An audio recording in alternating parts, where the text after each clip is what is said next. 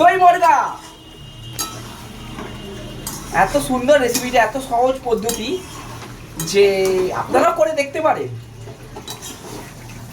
দেখতে থাকুন নতুন রেসিপিটাকে, এবং আরও নতুন নতুন রান্না নিয়ে যদি দেখতে চান তাহলে আমাকে সাবস্ক্রাইব করে দিন, লাইক করে দিন, কমেন্ট করুন।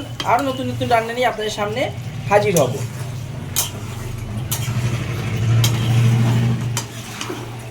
এটাকে বেসিক্যালি দইয়ের মধ্যে 1 ঘন্টা ডুবিয়ে রাখতে হবে, ম্যারিনেট করে রাখতে হবে যাকে বলে।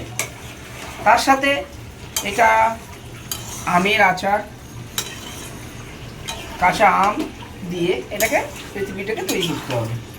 তাতে তো যা মাংস করার যে মশলাপাতি থাকে সেটা তো অবশ্যই দিতে হবে, গরম মশলা, পেঁয়াজ, আদা রসুন।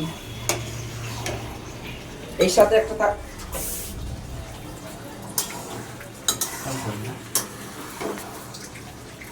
বাবা কি টেস্ট হয়েছে দেখুন।